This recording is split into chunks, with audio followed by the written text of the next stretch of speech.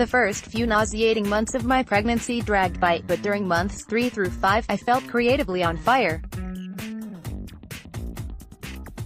Not only was this life growing within me, but I got to bring to life one of my favorite characters, Alma in Summer and Smoke.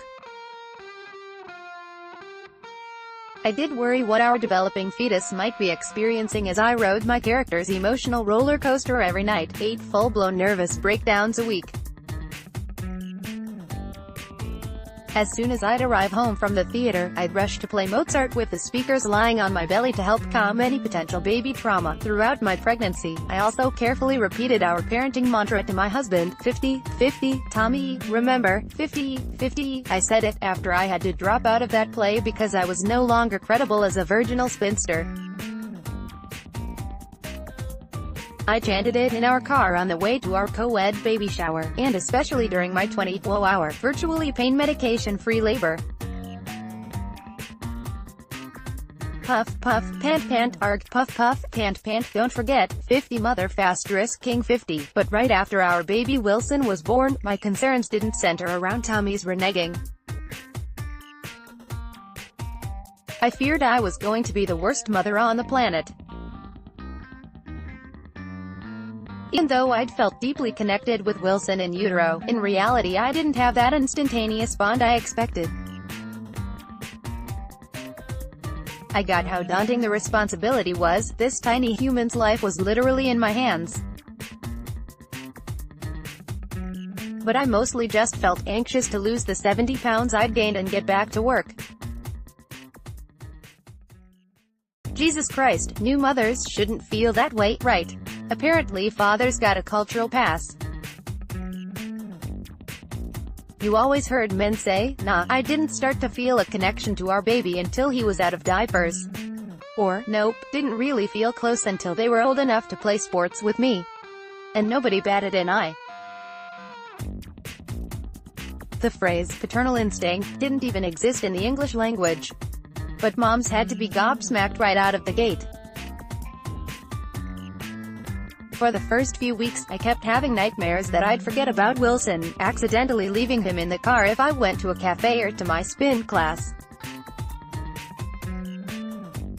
Also, it was pretty uneventful. I mean, all he did was sleep, eat, fart, *T, sleep, eat, fart, and then, oh yeah, *T. Even though others swore, he grinned. Look. There it is. See? He's smiling. Huh. That's definitely a smile. I always knew it was just gas. Because that's what my face often looked like when I farted. Stuck at home alone, I became frantic that show business at large had forgotten all about me. My agents would soon stop returning my calls. Casting people would start asking them for a Christine Lahti type. If I ever worked again, I'd only get to play the mom parts, which were not only brain-paralyzingly boring, but always number 14 on the call sheet. In spite of all my careful strategizing about how I would have it all, it became clear that would only be possible if, like my character on Chicago Hope said, I gave up eating, sleeping, and bathing. In those early days, while Wilson lay next to me in bed, I feared I'd roll on top of him and squash him into a newborn pancake.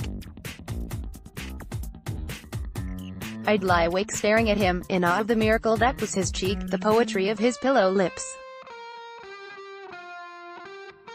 I watched as his doll hands instinctively knew to grasp my finger and hold on for dear life, the way a robin clings to its branch. If he cried, the comfort that my breast gave him seemed overwhelmingly powerful. Trying to match his breathing as it slowed and sped up again, I wanted to know what he dreamed. If he dreamed, I'd finally fall asleep, only to wake up next to a tiny stranger. While nursing him in those early weeks, I'd try to make eye contact with him. It was like trying to connect with a squirrel. Days passed as I searched for him. I wished I could somehow reach inside and pull him out. But Wilson would only hold my gaze for a few seconds, curious but mostly disinterested. Instead he'd make those rubbery, goofy grimaces, reminiscent of a pug's. And just like when seeing a pug's face, I'd laugh out loud but would always be somewhat alarmed. Then, after about 6 weeks, we were sitting on his blue-gray rocking chair one late afternoon, the one that rolled more than rocked, like riding ocean waves. I had just finished feeding him and tried peering into his eyes as usual. He started to cry, and I saw he had a full diaper. I took him to his changing table to clean him up, and as he lay there, like he'd been underwater the whole time, the person who was my son surfaced, looked into my eyes, and smiled through me. Or maybe I'd been the one underwater this whole time.